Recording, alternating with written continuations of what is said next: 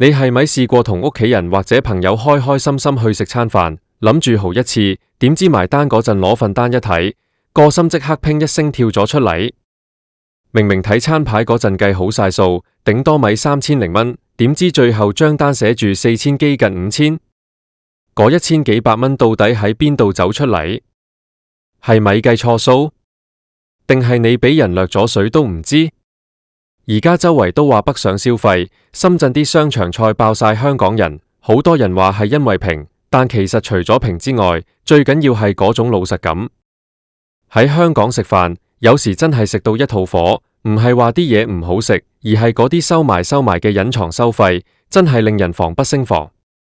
今日我就要同大家拆解一下，香港餐飲業到底有幾多個掠水陷阱，教你點樣睇清張單，唔好再做水魚。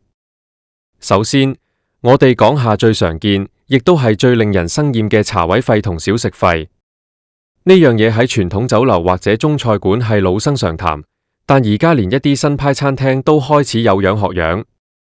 你一坐低，伙計就問你飲咩茶，你隨口答句普洱或者水得啦，恭喜你，呢度可能已經收緊你每位15至30蚊。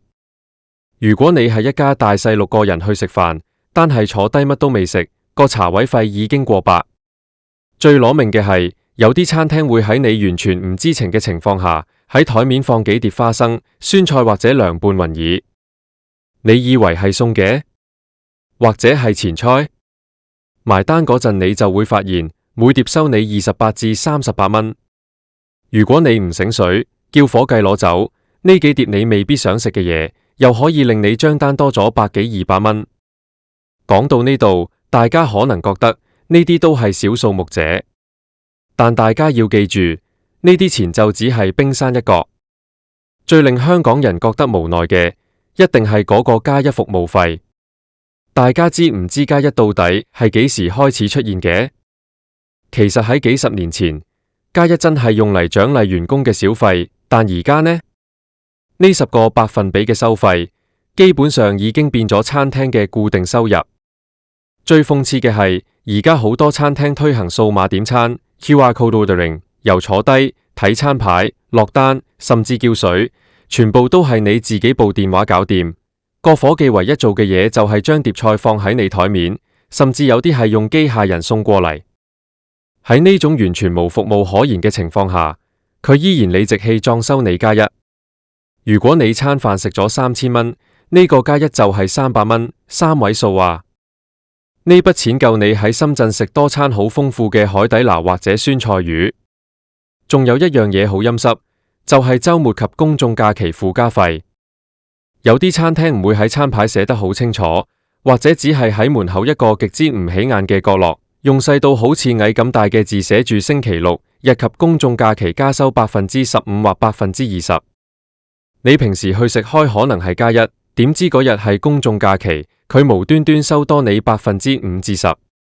如果你唔睇清楚，埋單嗰陣真係會以為自己眼花。更有甚者，有啲餐廳會喺呢啲日子推出特別菜單，將平時散叫嘅廉價菜式收埋，逼你叫嗰啲貴到離譜嘅套餐。講到掠水，不得不提水位呢個陷阱。大家去西餐廳或者高級少少嘅餐廳，伙計通常會問你 still water or sparkling water， 蒸餾水定氣泡水。好多人順口話要一支，點知埋單嗰陣發現一支水收你80至90蚊，仲要係每位計或者係按支計。最絕嘅係，佢唔會主動提供免費嘅暖水或者水喉水。如果你唔識拒絕，幾個人飲2-3支水，又係3幾百蚊。有啲人話，咁我唔飲水咯，我飲酒。好，咁你就跌入另一個坑開瓶費。而家香港好多餐廳嘅開瓶費貴到驚人，由200蚊到500蚊不等，甚至有啲係按每杯計。你帶支2024年出產嘅靚酒去，諗住慶祝下，點知個開瓶費仲貴過你支酒。如果你係去慶祝生日，仲有一個切餅費等緊你。呢樣嘢真係香港特色，我喺外地食飯好少見到切餅費可以收得咁貴，由幾十蚊收起，到而家有啲5星級酒店或者高級餐廳可以收你每位50蚊切餅費。你買個蛋糕幾百蚊，佢幫你拎入廚房切幾刀，攞幾隻碟出嚟，就收你幾百蚊服務費。呢啲收費其實係變相話俾消費者聽，我唔歡迎你帶嘢入嚟食。我哋再嚟拆解下餐牌上面嘅文字遊戲。大家有冇見過時間呢兩個字？呢兩個字係最恐怖嘅，尤其係食海鮮或者高級和牛。如果你唔問清楚當日嘅時價係幾多，伙計通常會推薦你食當日最肥美嘅一條魚或者一隻蟹。等你食完埋單嗰陣，先發現嗰條魚收你1800蚊。你想投訴？人哋餐牌寫明係時價，係你自己唔問。仲有啲餐廳會用一啲好模糊嘅計費單位，例如每兩、每百克。對於一般市民嚟講，我點知呢條魚有幾多兩？我點知呢份肉有幾多克？去到埋單嗰陣，數值通常都係比你預期中大好多。而家仲興起一種收費叫環保費或者餐具費。自從政府推行禁塑令之後，有啲餐廳就借題發揮，外賣收幾蚊餐具費都算啦，連堂食都要收你所謂嘅清洗費或者環保餐具費。雖然1-2蚊好似好少，但呢種碎件式嘅掠水方法累積落嚟都好令人反感。點解咁多人寧願坐車上去深圳食飯？因為嗰邊嘅消費模式相對透明，大部分餐廳都係數碼點餐，但價錢寫得一清二楚，無加一，甚至連茶位費都可以喺個 app 度揀唔要。你叫幾多就係幾多，埋單嗰陣個金額同你喺個 app 睇到嘅一模一樣。喺香港食餐飯好似要同個老闆鬥智鬥力咁，你要時刻警惕住有冇隱藏收費，有冇入錯單，有冇收多咗。咁作為消費者，我哋點樣可以避開呢啲掠水陷阱呢？第一，入座前問清楚，唔好怕醜，唔好覺得問價錢係失禮。問清楚茶位費幾多，有冇小食費，今日係米加一，有冇最低消費。如果佢答得支支吾，或者你覺得啲收費唔合理，轉身走人係最明智嘅選擇。香港大把餐廳，唔需要受呢種氣。第二，善用走小食權利。當伙計放低花生或者酸菜嘅時候，如果你唔想食，即刻叫佢攞走。記得要睇清楚張單有冇扣返呢筆數。根據消費者委員會嘅建議，如果餐廳無徵得你同意就收費，你有權拒絕支付。第三，睇清楚時價。叫海鮮之前，一定要問清楚每兩幾多錢。最好叫佢磅完之後話俾你聽大約幾多錢，你確認咗先好叫佢拎入去整，唔好等佢煮熟咗上咗台，到時你話貴都冇得講。第四，檢查賬單。埋單嗰陣唔好只係睇個總數，一定要逐項睇，睇下有冇叫咗2碟變3碟，睇下個加一計得啱唔啱，睇下有冇一啲你根本冇食過嘅嘢。而家好多電腦系統都會出錯，或者伙計忙中有錯入錯台號，呢啲嘢成日發生。第五，留意最低消費，尤其係一啲有海景或者裝修靚嘅餐廳，通常會有一啲特定位置係有最低消費嘅。如果你得2個人坐咗落個6人位度，埋單嗰陣佢話要收你3000蚊最低消費，你真係喊都無謂。其實講到尾，點解大家會覺得心淡？唔單止係錢嘅問題，而係一種誠信嘅問題。香港餐飲業面對租金貴、人工貴嘅問題，大家都理解。如果你要加價，你可以直接加喺菜式嘅單價度，等消費者自己決定食唔食得起。但而家好多餐廳選擇用呢啲陰招，諗住喺消費者唔覺意嘅情況下收多幾百。呢種做法，短時間內可能賺到錢，但長遠嚟講係殺雞取卵，將啲客趕走晒。2026年嘅今日，資訊咁發達，大家隨便上網揾下評分或者睇下啲討論區，就知邊間係黑店。但即使係咁，呢啲陷阱依然層出不窮。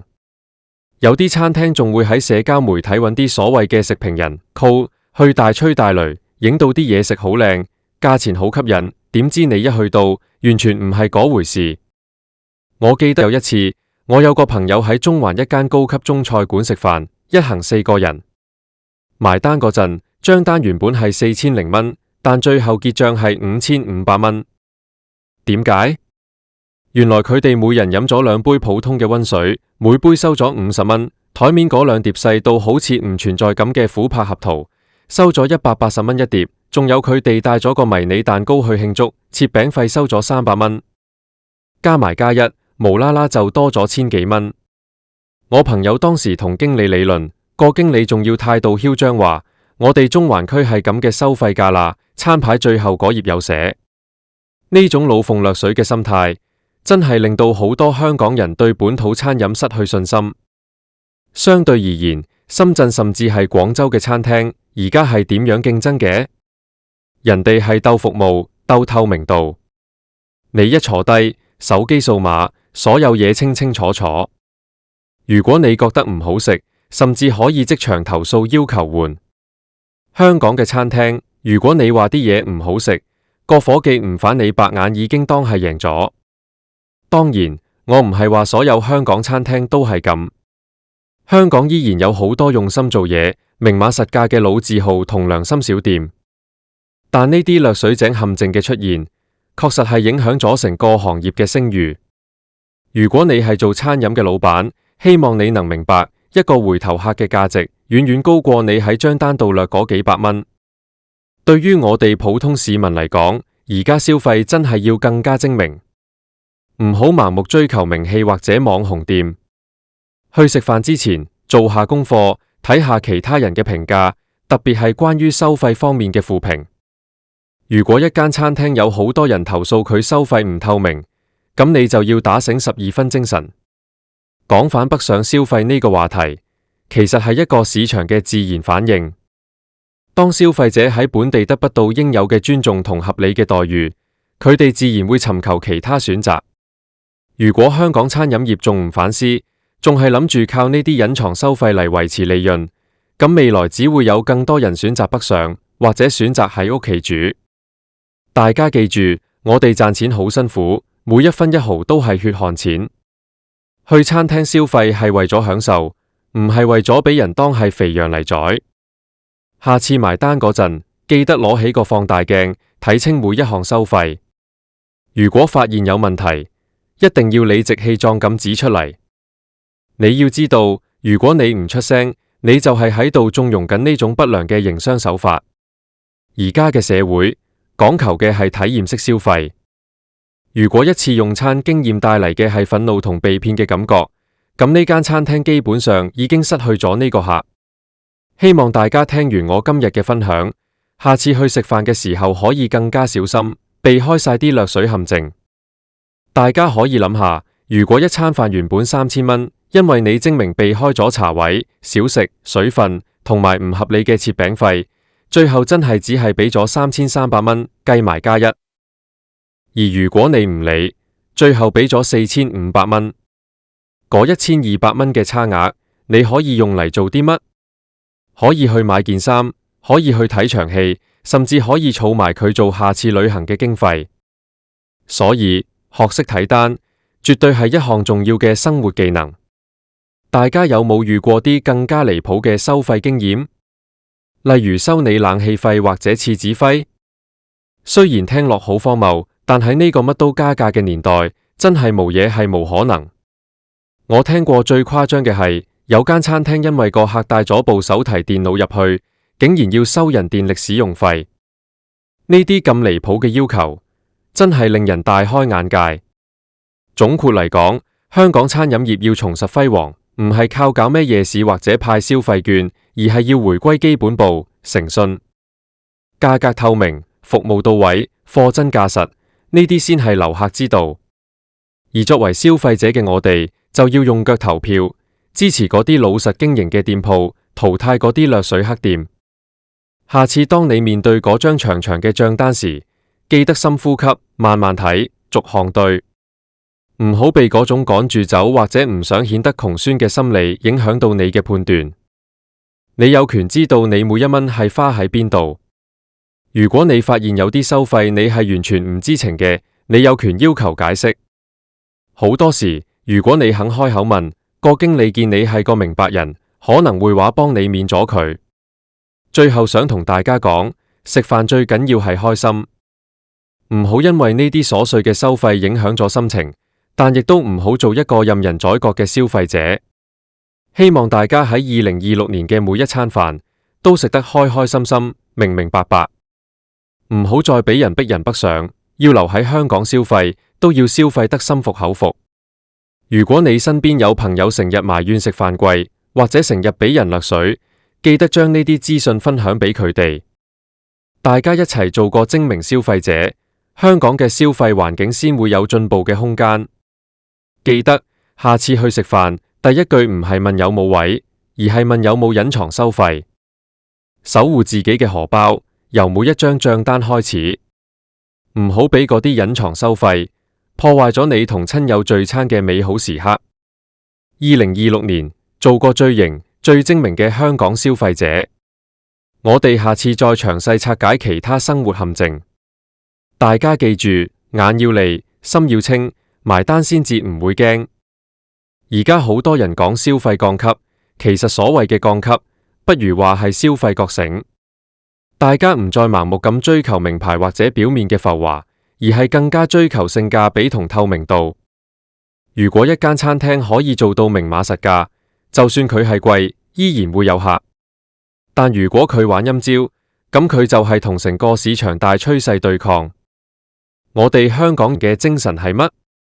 係靈活，係聰明。喺面對呢啲餐廳掠水招數嘅時候，我哋更加要發揮呢種精神。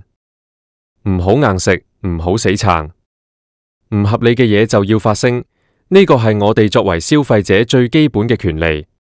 好啦，今日就講到呢度，大家聽完之後，下次去食飯一定要打醒12分精神啊！睇清楚張單，守住自己嘅血汗錢。祝大家餐餐食得好，埋單無煩惱。下次見。